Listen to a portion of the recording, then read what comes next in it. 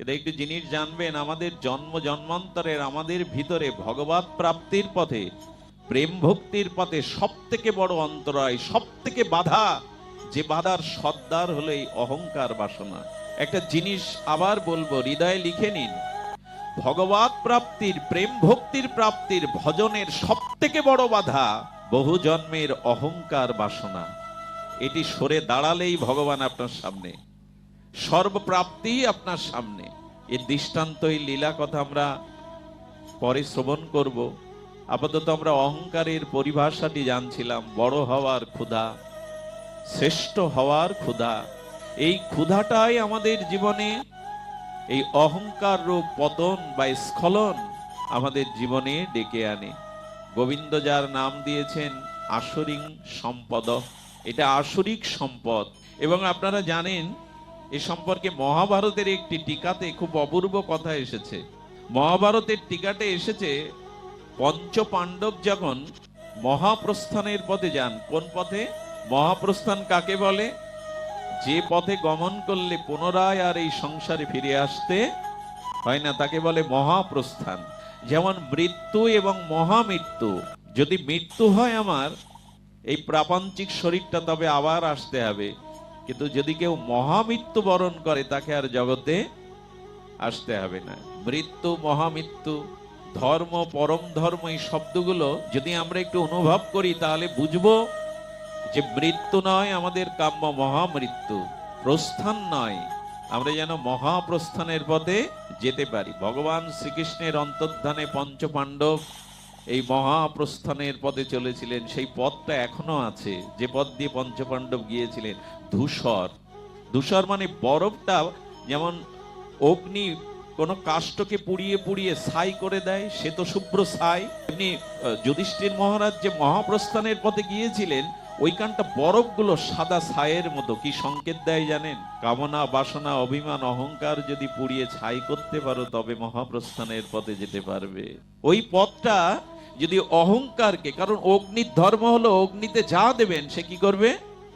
গ্রাস করে নেবে, তার রঙে রাঙিয়ে নেবে। যদি অহংকারকে পোড়াতে পারো, দম্ভকে পোড়াতে পারো, তখন এই অভিমান, অহংকার পুড়িয়ে মহাপ্রস্থানের পথে যেতে যাবে। খুব ধ্যান দিন, ঘটনাটা অত্যন্ত মার্মিক। প্রথম পড়ে গেলেন মহাপ্রস্থানের পথে, প্রথম পড়লেন সহদেব। কে পড়লেন? ভীম, অর্জুন, নকুল, সহদেব। যুধিষ্ঠির সর্বাগ্যে পড়ে গেলেন কে? সহদেব। ভীম প্রশ্ন করছেন, মহারাজ, ধর্মরাজ, প্রাজ্ঞ, সত্যবাদী, এই জিতেন্দ্রীয় যুধিষ্ঠিরকে বলছেন, সহদেব কেন পড়ে গেল? আমাদের সাথে সশরীরে কেন যেতে পারলো না? বলুন দাদা। প্রাজ্ঞ যুধিষ্ঠির বললেন, শোনো, সহদেব যে স্থানে যেত, সকলের মধ্য থেকে ওর একটা অভিমান কাজ করছে যে আমি খুব জ্ঞানী। প্রাজ্ঞ সহদেবের অভিমান ছিল যে আমি খুব জ্ঞানী। এই অভিমানই তাকে মহাপ্রস্থানের পথে যেতে বাধা হয়ে দাঁড়ালো। যুধিষ্ঠির মহারাজের ভাষ্য। দ্বিতীয় কিছু দূর গিয়ে নকুল পড়ে গেল। নকুল পড়ার পরে যুধিষ্ঠির মহারাজের কাছে আবারও একই জিজ্ঞাসা, নকুল কেন পড়লো? আমরা তো 5 ভাই একসাথেই মহাপ্রস্থানের পথে যাত্রা করেছি। বলল, নকুলের যে কারণে সে মহাপ্রস্থানে পৌঁছাতে পারলো না, পথেই পড়ে গেল, ওর রূপের একটা গর্ব ছিল। এই জন্য অভিমানের জায়গাগুলো বলছেন ব্যাসদেব। অভিমান কখন হয়? যার ভিতরে খুব বিদ্যা থাকে, খুব জ্ঞানের বৈদুষ্য থাকে, অভিমানে মাটিতে পা দিতে পারে না। অহংকারের জায়গাগুলো এই। মহাভারত গল্প কাহিনী নয়, আমাদের দার্শনিক তত্ত্ব বিচারে অসামান্য গ্রন্থ। কৃষ্ণদৈবান বেদব্যাস বলছেন, অহংকার কোথায় আসে, তার জায়গাগুলি কোথায়। আমি কিন্তু আগেই বলেছি, কুয়াশা সরে গেলেই সূর্যের আলো প্রকাশ হবে, অহংকার সরে গেলেই ভগবত প্রাপ্তি হবে। অহংকারই বাধা, সর্ব বাধার মূল বাধা অহংকার বাসনা।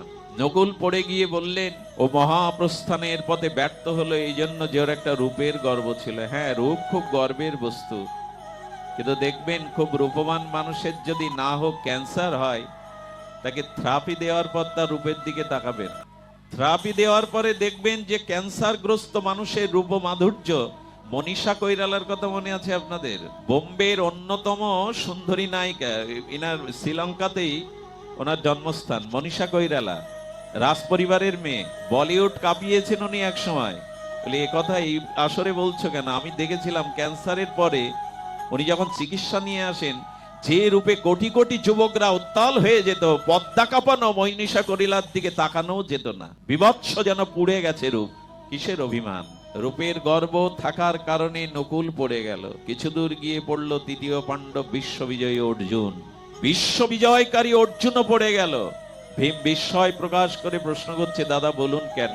বলে, ভীম যখন রণক্ষেত্রে দাঁড়াতো, যুদ্ধক্ষেত্রে দাঁড়াতো, তার বুকের ভিতরে গজগজ করতে এই অহংকার, আমার থেকে ধনুর্বীর এ জগতে দ্বিতীয় নাই, আমার থেকে ধনুর্ধারী এ জগতে দ্বিতীয় নাই। সারা পৃথিবীর দিকে একবার দৃষ্টি দিন, অহংকার যেখানে যত বেশি হয়েছে তার পরিণাম খুব ভালো হয়নি। পারিপার্শ্বিকের দিকে দৃষ্টি দেন, জগতের দিকে দৃষ্টি দেন, পরিপ্রেক্ষিত দেখুন, অহংকারের পরিণতি কোথায় চলে যায়। ভাগবত কোনো সাধারণ আসর নয়, এটি অন্যান্য পূজা পার্বণের মতো নয়। ভাগবত আমাদের জীবনকে গড়ে দেয়, আমাদের আত্মকল্যাণের পথ রচনা করে দেয়। হাত ধরে ভাগবত ভগবানের প্রেম মন্দিরে চরণে পৌঁছে দেয় আমাদের। বাধা শুধু এইটি, অর্জুনের মধ্যে বীরত্বের ধনুর্ধারী বিশ্বজয়ী এই অভিমান ছিল। আচ্ছা দেখবেন, মানুষের ভিতরে যখন কোনো গর্বের বিষয় এসে, অহং এসে দেখা দেয়, সে ধরাকে সরা জ্ঞান করতে থাকে। অর্জুন একবার এক মেঠো পথ ধরে যাচ্ছেন, কৃষক ওখানে চাষবাস করছিল।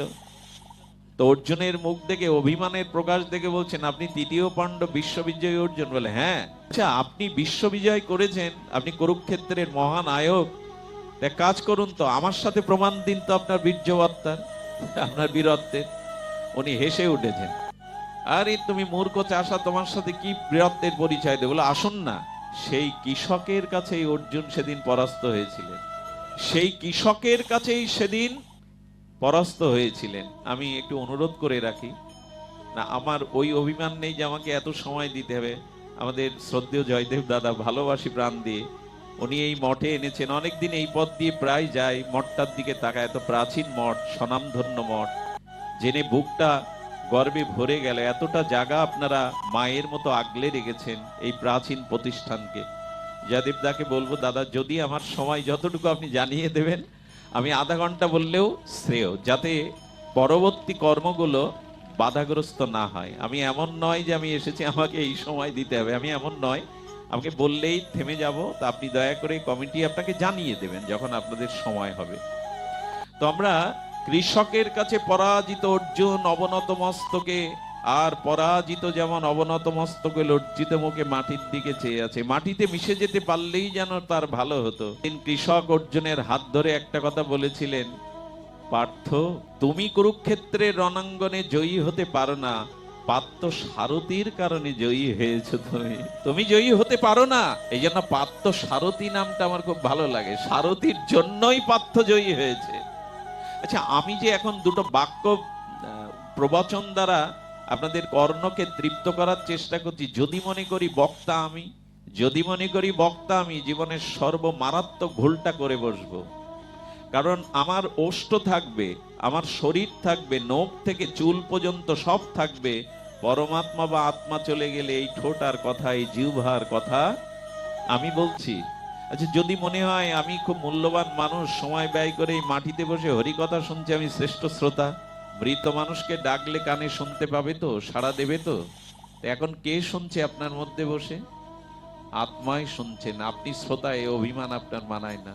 এই জন্য আমাদের উচিত হলো যে তৃতীয় পাণ্ডব অর্জুনকে বলেছিলেন, বিজয়ী পার্থ নয়, পার্থ সারথীর কারণে পার্থর জয়। আমাদের জীবনে এইটুকু ধারণা করতে হবে, পুতুলগুলো নাচতে পারে না। অলক্ষ্য থেকে তিনটে সুতার দ্বারা পুতুলগুলোকে কেউ নাচায়। যন্ত্র রানী মায়া, গোবিন্দ বললেন, প্রত্যেকটি জীবের হৃদয়ে আত্মারূপে আমি জীবকে পরিচালনা করছি, তোমার কোনো কর্তৃত্ব এখানে নাই, তুমি কর্তা নও। এই ধারণাটা আজ আমরা ভুলে গেছি বলে বারবার পতন হচ্ছে আমাদের, বারবার ভুল পথে চলেছি আমরা। তুমি কর্তা নও। আচ্ছা, কুয়ো আপনি খুঁড়তে পারেন, কুয়ো আপনি খুঁড়তে পারেন, জল ওঠাটা আপনার উপরে নির্ভর করবে কি? চেষ্টা করলেই সব হয়, তার কৃপা না হলে। কৃষক জমি হাল চাষ করতে পারে, বৃষ্টি আসাটা কৃষকের উপরে নির্ভর করে না, প্রকৃতির উপরে, বিশ্ববিধাতার উপরে নির্ভর করে। এই জন্য দয়া করে বলবো, আসুন আজকে একটা প্রতিজ্ঞা করি। ভাগবত মানে সাধারণ বস্তু নয়। প্রতিজ্ঞা করি আজ থেকে অভিমানের এই উদ্যত্ত মস্তকটা নত করতে শিখি, এই আসরিক সম্পদটা ত্যাগ করি, না হলে আমিও শান্তি পাবো না, অন্যকেও শান্তি দিতে কোনোদিনে পারবো না। আচ্ছা, অর্জুন পড়ার পরে কার পালা এবার? আছে কয়জন? ভীম আর যুধিষ্ঠির। ভীমও পড়ে গেল। যুধিষ্ঠির তখন সম্মুখ মানে চাই, একটা অদ্ভুত কাণ্ড দেখবেন, মহাপ্রস্থানে তারাই যায় যারা পেছনে বারবার তাকায় না। এই যে দ্রৌপদী থেকে 4 ভাই পড়ে গেল, যুধিষ্ঠির একবারও পেছনে তাকাননি। যুধিষ্ঠির একবারও পেছনে, এবার এদিকে তাকান, শব্দের দিকে তাকান। শব্দের দিকে তাকাতে বলছি কেন? যারা বারবার পেছনে চায় তারা এগোতে পারে না। আচ্ছা, যে লোক মোটরসাইকেল চালাচ্ছে ও যদি বারবার পেছনে তাকায়, কথা কি বোঝা যায়? বারবার যিনি মোটরসাইকেল ড্রাইভিং করছেন, গাড়ি ড্রাইভিং করছেন, উনি যদি বারবার পেছনে তাকান, অ্যাক্সিডেন্টে পড়বে কিনা? আমরা বারবার পেছনে তাকাই। পেছনে তাকানো মানে বুঝতে পেরেছেন তো? আমি না থাকলে এদের কি হবে, এরা কি করবে, হায় হায় আমি ছাড়া এদের কোনো উপায় নাই, বারবার পেছনে থাকায়। আমি না হলে, তুমি আজকে চলে গেলে তোমার যারা আশ্রয় করে আছে তাদের কোনো ক্ষতি হবে না, তাদের পূর্বজন্মের প্রারব্ধ কর্মভোগে যা আছে তারা পাবে, তুমি থাকলেও পাবে, না থাকলেও পাবে, তুমি ওদের কর্তা নও। আরে কত অনাথ সন্তান রাজপথ থেকে রাজা হয়েছে, আর কত রাজা কাঙাল হয়ে সামনে ভিক্ষা চাচ্ছে। এটা তোমার কর্মর কারণে, প্রারব্ধের কারণে তুমি এদের কর্তা নও। এই জন্য বারবার পেছনে তাকাচ্ছে। যারা হিমালয়ে পর্বতে ওঠে ওরা পেছনের দিকে বারবার তাকাইতো, তাকালে উঠতে পারবে না। পেছনে কারোর সাথে কথা বললে, এবার যখন মানুষ যখন খুব উপরে ওঠে দেখবেন পেছন ফিরে কারোর সাথে কথা বলতে চায় না। এই সংসারের নিয়ম হলো এগিয়ে যাও ভগবানের দিকে, বারবার পিছনে ফিরে চেয়েও না। আমার আমার করে যদি বারবার আমি না থাকলে এদের কি হবে, যখনই এই চিন্তা করবেন তখন পিছনে পড়বেন। ভাবা যায় ভীমের মতো, অর্জুনের মতো ভাই পড়ে গেল, যুধিষ্ঠির একবারও পেছনে ফিরে তাকাননি। নির্মোহ না হলে ভগবানের কাছে যাওয়া যায়? মোহমায়া আটকে থাকলে যাওয়া যায় কি? এই যেমন আজকে যারা এসেছেন, বাড়িতে বিনোদন অনুষ্ঠান ছিল, হ্যাঁ, সজ্জনের সাথে বাক্যালাপ ছিল, ভালো খাবার খেতে পারতেন, দোকানে বসে থাকতে পারতেন, বিনোদন করতে পারতেন, মাটিতে এসে কেন বসেছেন এই মঠে? বলে এইটুকু পেছনে মাঝে মাঝে তাকাতে নেই। সারা দিন সারা জীবন সংসার, বউ ছেলে মেয়ে, আমার এই দিকে যদি তাকান এগোতে পারবেন না, অ্যাক্সিডেন্ট করে বসবেন। ড্রাইভার যিনি সামনে লক্ষ্য গন্তব্যে চলেছেন, উনি বারবার পেছনে তাকালে অ্যাক্সিডেন্ট করে। আমরা বারবার তাকাই, কি হবে? তো ভীম যখন পড়ে গেল, যুধিষ্ঠির মহারাজ নিজেই নিজে প্রশ্ন করছেন, নিজেই উত্তর দিচ্ছেন আমাদের কারণে। ভীম পড়লো কেন? হলো ভীম বৃকদর, অনেক বেশি ভোজন করত, খেতে পারত, আর বেশি খাওয়ার ফলে তার শরীরে দেখা দিয়েছিল অত্যন্ত বল। এই বলের অহংকার করে মাঝে মাঝে গাছ তুলতো ভীম। তার বলের অহংকারে মাঝে মাঝে গাছ তুলতো। বলে এই বলের অহংকারে যেতে পারলো না কে? ভীম। শুধু অহংকার ছিল না যার, তিনি সশরীরে মহাপ্রস্থানের পথে চলে গেলেন, যুধিষ্ঠির মহারাজ। এতে কি প্রমাণ করা হলো? প্রমাণ করা হলো অহংকার থাকলে আবার পিছনে পড়তে হবে, আবার আসতে হবে। যুধিষ্ঠির মহারাজ মহাপ্রস্থানের পথে চললেন, তিনি পড়ে যাননি। আমরাই পড়ি, যারা এমনি করে বারবার পিছনে ফিরে তাকায়, অহংকারে ভারী হয়ে যায়।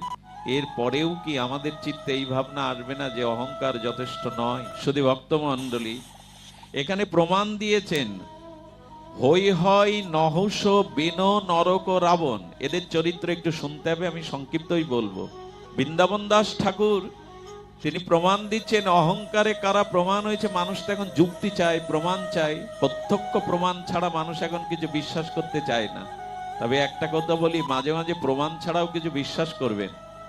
আচ্ছা, মাকে যদি বলা হয়, মা আমার বাবাকে, পিতাকে, জন্মদাতাকে, মা যদি বলে দেয় এই তোর জন্মদাতা, ওখানে যুক্তি খাটাতে পারবেন? অন্ধবিশ্বাসে এটাই তো মানতে হবে, মা যার পরিচয় দেই আমার পিতা, ওখানে যুক্তি থাকবে? সব কথায় যুক্তি আনতে যাবেন না, সব কথায় তর্ক আনতে যাবেন না, কিছু জিনিস মেনে নিতে হয়, তাহলেই কল্যাণ হয়। এমনি মানুষ যেহেতু যুক্তি চায়, এই জন্য গ্রন্থকার অনন্য কিছু দৃষ্টান্ত আমাদের চোখের সামনে এনেছেন। আমরা দৃষ্টান্তগুলো সামান্য একটু জানবো। হই হয়, হই হয় মানে ইনি শিবের উপাসনা করতেন, আর ভগবানের শিবের পরে উনি 1000 হাত চেয়েছিলেন। ক হাজার? 1000 হাত চেয়েছিলেন। তো হাত পেয়ে কোথায় ভগবানকে একটু ভজনা করবে, কারণ দুই হাতে হাততালি দিলে তো বাজে, কিন্তু যদি 1000 হাতে তালি দেয় কত মধুর শব্দ হবে, আকাশ বিদারী শব্দে ভগবানের। কিন্তু ওই হাত 1000 পেয়ে তার ভিতরে গর্ব অহংকার এলো, বলের গর্ব। একদিন ভগবান শিবকেই বলছেন, আরে আসুন না আমার সাথে একটু আপনি লড়াই করুন, আমার 1000 হাতের বীর্যবত্তা বীরত্ব একটু প্রমাণ করি। ভগবানকেই চ্যালেঞ্জ ছুড়ে দিল। রাবণ কৈলাসে গেছে। কোথায় গেছে? কৈলাসিকে দিকে মুনি ঋষিরা ভগবান শিবের প্রণাম করবার জন্য লাইনে দাঁড়িয়ে, মন্দিরে যেমন লাইনে ভগবত দর্শন বিগ্রহ দর্শনে। রাবণ বলছে, আমি রাবণ তিলক বিজয়ী, আমি দর্শনের মধ্যে ওই বেশ কিছু লোক আছে দেখবেন ওইভাবে লাইনটা মানতে চায় না, আমারটা আগে করে দাও। হ্যাঁ, অনেক সময় ব্যস্ততা থাকে, তাদের সময়ের মূল্য আছে, হয় এটা। কিন্তু মন্দিরে মাঝে মাঝে আমার ওই অভিমান দেখা যায়। আমি যদি কোনো মন্দিরে যাই, কি মনে হয় জানেন, লাইনে দাঁড়িয়ে নিশ্চয়ই পূজারী আমি পাঠক, ও জানে আমাকে ডেকে আগে নেবে, মালাটা দেবে, তখন নিজের গালে চড় মারতে ইচ্ছা করে। এই পরিচয় এখানে নয়, ভগবানের দুয়ারে তুমিও দর্শনার্থী। যারা কোনো গুণে গুণান্বিত, তারা কখনো যেন সামাজিক সুবিধা ওই অহংকারে আদায় করতে না চেষ্টা করে। তোমার গুণ থাকলে এমনিই তোমাকে ডেকে নেবে মানুষ, শ্রদ্ধা গুণাবলী থাকলে ডেকে নেবে। সুধীজন, এই জন্য শাস্ত্র বলেছেন কোন সামাজিক সুবিধা ভোগ করতে যেও না। ভগবান তোমাকে যে কৃপা করে তোমার ভিতরে গুণ দিয়েছেন, এই গুণের অপব্যবহার করতে যেও না। তো উনি 1000 হাত দিয়ে সেই বল প্রয়োগের অভিমান জানালেন। রাবণ গিয়ে বললেন, আরে আমি প্রণামের জন্য লাইনে দাঁড়াবো? উনি কি করলেন জানেন? অযুত বলশালী রাবণ কৈলাস পর্বতটায় হাতে তুলে ধরলেন। তুলে ধরে যখন নাড়াচ্ছেন, গল্পগাথা নয়, রাবণের ইতিহাসে মাতা পার্বতীকে ভগবান শিব বললেন, কৈলাসে তো ভূমিকম্প নেই, ভূমিকম্প হচ্ছে কেন পার্বতী? তাহলে ভূমিকম্প না, তোমার এক শিষ্যের কাজে রাবণ এসে কৈলাস হাতে তুলে নাড়াচ্ছে। ভগবান শিখ দেখলেন এভাবে ভেঙে পড়ার থেকে রাবণকে ডেকে বললেন, বাবা তোমাকে আর আমাকে প্রণাম করতে পূজা করতে আসতে হবে না, আমি তোমার লঙ্কায় প্রতিদিন পূজা নিতে যাব, প্রণাম নিতে যাব। রাবণ খুশি হলেন, আরে সবার মধ্যে কি আমি সমান? এই অভিমান আছে। আমি কথাটি বলতে চাই না, বলাটা ঠিক নয়, এখনই এর মধ্যে একটা প্রমাণ আছে। আমাদের মাঝে একজন জজ এসেছেন, উনি প্রায় পাঠে যান, এই ধুলায় আপনাদের মাঝেই বসে আছেন, নিজের পরিচয়টা দিতে নিষেধ করেন আমাকে। প্রসাদ ভোজী একজন পরম বৈষ্ণব, পুরো পরিবারটাই বৈষ্ণবীয় ধারায় প্রসাদ পান। তার পরিচয়টা অন্য কারণে আমরা দেব না, কিন্তু এইখানে মাটিতে বসে তিনি পাঠ শুনছেন, চেয়ারটাও গ্রহণ করেন না। আমার মনে হয় শ্রেষ্ঠ জনের মাঝে এটাই পরিচয়। ফলবান বৃক্ষের ডালটা নুয়ে আসে, ফলবান বৃক্ষ দৈন্য প্রধান না হলে ভগবানকে পাওয়া যাবে না। একটা জিনিস জানুন, দৈন্য যার ভিতরে নেই, ভগবত প্রেম ভক্তি আদৌ কোনো কালে পাবে না। এটা সিদ্ধান্ত কথা শাস্ত্রের। দৈন্য যার নেই, সে প্রেম ভক্তি পাবে না, কোনোদিন পেতে পারে না। দাদাকেও বলি, আপনার পায়ে ব্যথা, চেয়ারে বসুন, এটা ভাগবত সম্মানের জন্য নিচে বসেন, যন্ত্রণায় কাতর হলেও নিচে বসেন। কারণ করুণাটা নিচে গড়িয়ে যায়, জলটা নিচের দিকে গড়ায়। করুণা পেতে গেলে নিচে নিতে হয়, করুণা নিতে গেলে নিচে নিতে হয়। তরল বস্তুটা দেখবেন নিচের দিকে যায়। এই জন্য ভাগবত শুনতে গেলে, করুণা পড়তে গেলে দৈন্যের পাত্র লাগে, দৈন্যের পাত্র লাগে, নিচে হতে হয়। সেই তো পাই জগতে, ঝর্ণার জল ঊর্ধ্বমুখী যায় না, নিচের দিকে নেমে আসে। এবং বৃন্দাবনে যারা গেছেন 84 ক্রোশ এই মথুরা মণ্ডলে, দেখবেন বৃন্দাবনে আজও বিস্ময়কর, পৃথিবীতে এটা সম্ভব।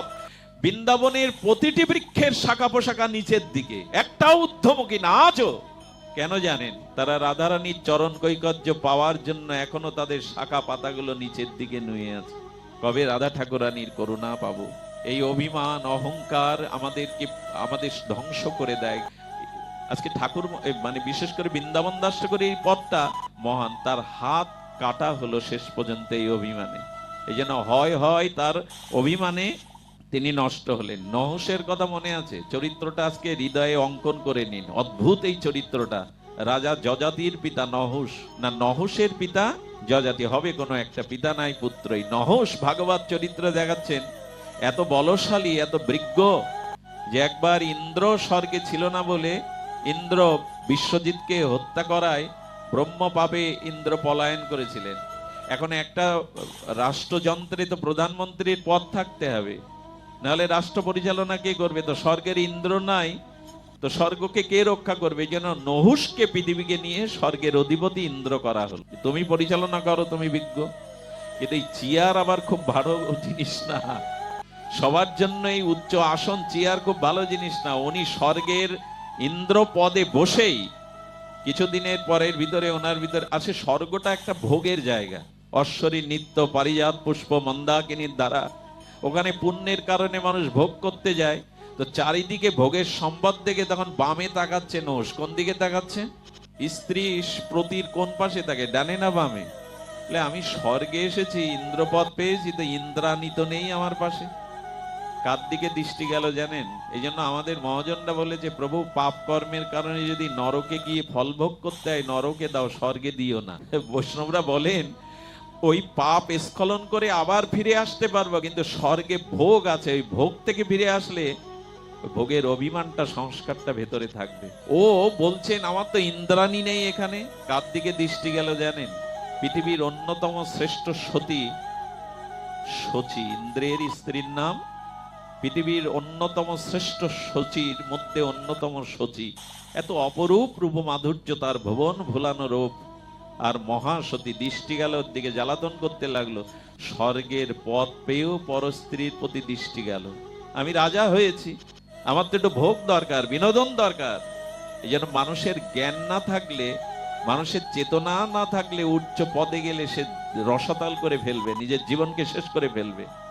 সংযমী ব্যক্তি ছাড়া, জ্ঞানী ব্যক্তি ছাড়া যদি উচ্চ পদ পায়, সেই পদ সে শুধু নিজে ধ্বংস হবে না, অন্যকেই ধ্বংস করবে।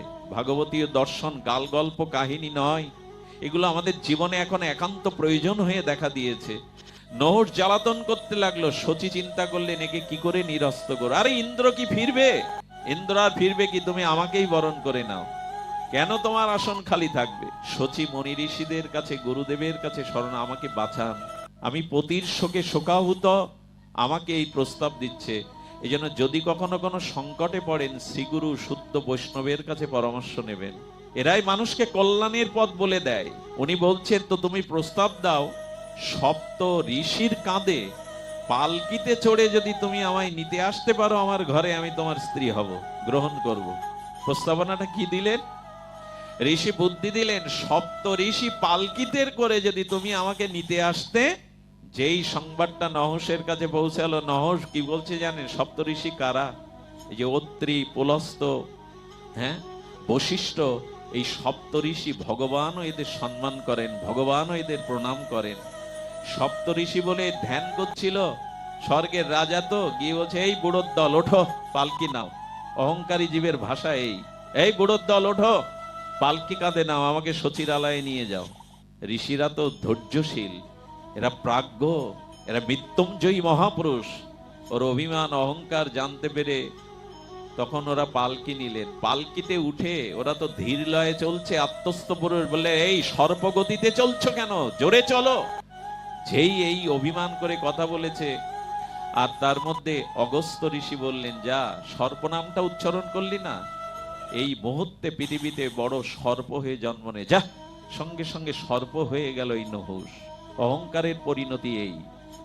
ভাগবত দৃষ্টান্ত দিচ্ছে, কোথায় স্বর্গের ইন্দ্রপদ থেকে পৃথিবীতে সর্প হয়ে জন্ম নিতে হলো।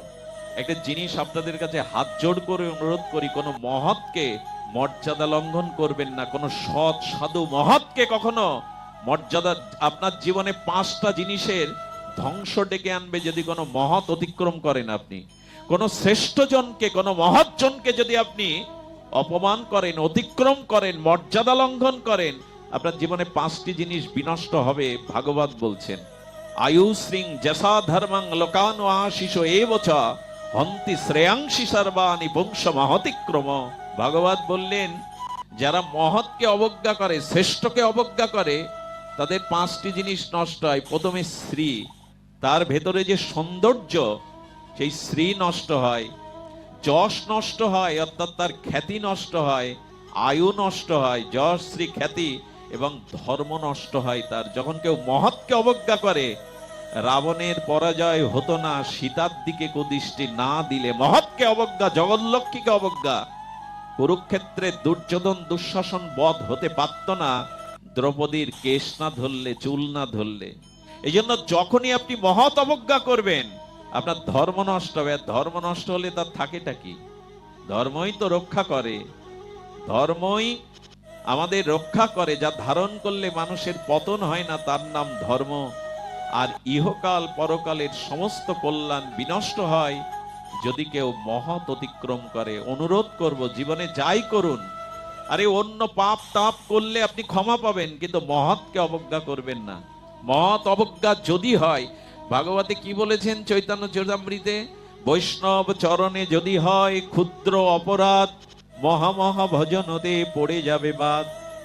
তুমি যতই ভজন করো, বৈষ্ণব চরণে যদি তোমার অপরাধ হয় তো ভজন হতে তুমি বাদ পড়ে যাবে। সুধীবৃন্দ, আমি সময় বেশি না নিয়ে সার সংক্ষেপ শুধু আপনাদের বলবো, যে কথা বারবার চেষ্টা করছি আমি তুলে ধরার, সেই বিষয়টি হলো এই যে মহৎ অবজ্ঞা অহংকার থেকেই আসে। অহংকার কখনো কাউকে শ্রেষ্ঠ মানতে শেখায় না। নিজেই শ্রেষ্ঠ, আর রূপ আছে, গর্ব আছে, বিদ্যা আছে, এগুলি তার জীবনে এই অহংকারের মালা হয়ে সে গলায় পড়ে থাকে, মাথা নত করতে পারে না। যেন বিশ্বকবির এই পয়ারটা আমার খুব প্রিয়, আমার মাথা নত করে দাও হে তোমার চরণ ধুলার তলে, সকল অহংকার হে আমায় ডোবাও চোখে। এ ভাষা বেদের ভাষা, এ ভাষা উপনিষদের ভাষা। বিশ্বকবি রবীন্দ্রনাথ তার চিন্তা চেতনা এটাই লালন করেছিলেন, আমার মাথা নত করে দাও হে তোমার চরণ ধুলার তলে। আচ্ছা, কবি নজরুল আবার এ কথা বললেন কেন? বল বীর চির উন্নত মম। উনি মাথা তুলতে চাইছেন কেন? রবীন্দ্রনাথ মাথা নত করতে চাইছেন কেন? দুইজন তো আমাদের কাছে প্রণাম্য, আইডিয়াল, পথপ্রদর্শক। অবশ্য গোপীনাথ ব্রহ্মচারী এই কথাটি বলেছেন, খুব ভালো লেগেছে আমার। উনি বললেন, যেখানে অন্যায়, যেখানে আত্মরক্ষা, ধর্মরক্ষা, স্বজাতি রক্ষা, ওখানে উন্নত মস্তক আনো। ওখানে যদি দেশের কারণে, দশের কারণে মৃত্যুবরণ করো, তুমি বিজয়ী হবে। অন্যায়ের প্রতিবাদে দেশ, ধর্ম, মাতৃজাতি রক্ষার জন্য, ধর্ম রক্ষার জন্য উন্নত শির করো, কিন্তু সাধুগুরু বৈষ্ণব শ্রেষ্ঠ পেলে তাদের চরণে মাথা নত করো। মাথাটা এক জায়গায় নত করতে বলছেন, আর এক জায়গায় উচ্চ করতে বলছেন। দুইজনই প্রণাম্য দিক দর্শনকারী কবি। এর অর্থই হলো এই, ধর্ম রক্ষার জন্য, মাতৃজাতি রক্ষার জন্য, মন্দির রক্ষার জন্য মাথাটা উঁচু করো, ভীরুর মতো পলায়ন করো না। আর যদি পারো সাধুগুরু বৈষ্ণবের কাছে, মহতের কাছে, শ্রেষ্ঠের কাছে তুমি মাথা নত করো। তো এই জন্য নহসের পতন হলো। দ্বিতীয় প্রমাণ কি দিচ্ছেন? বেন ছিল ভাগবত চরিত্রের অন্যতম ভারতের রাজা। বলেন, এই যজ্ঞ বন্ধ করে দাও, যজ্ঞে ওই ঘি পুড়িয়ে, যজ্ঞের ওই জব পুড়িয়ে, ধান পুড়িয়ে নষ্ট না করে সব আমাকে দাও। রাজা এখন যজ্ঞ বন্ধ করে দিল, তাতে বসুমাতার ফসলও দিল না। একটা জিনিস জানবেন, যে দেশে, যে গ্রামে, যে রাষ্ট্রে ভগবানের উদ্দেশ্যে কিছু ব্যয় হয় না, ওইখানে ধরিত্রী বসুন্ধরাও কৃপণ হয়ে যায়, ফসল দিতে চায় না। ভগবানকে দাওনি, আমি তো ভগবানের স্ত্রী। এই বসুমাতা হলো ভগবানের সহধর্মিনী, তো পতিকে ভালোবাসো না, তো আমি তোমায় ভালোবাসতে যাব কেন?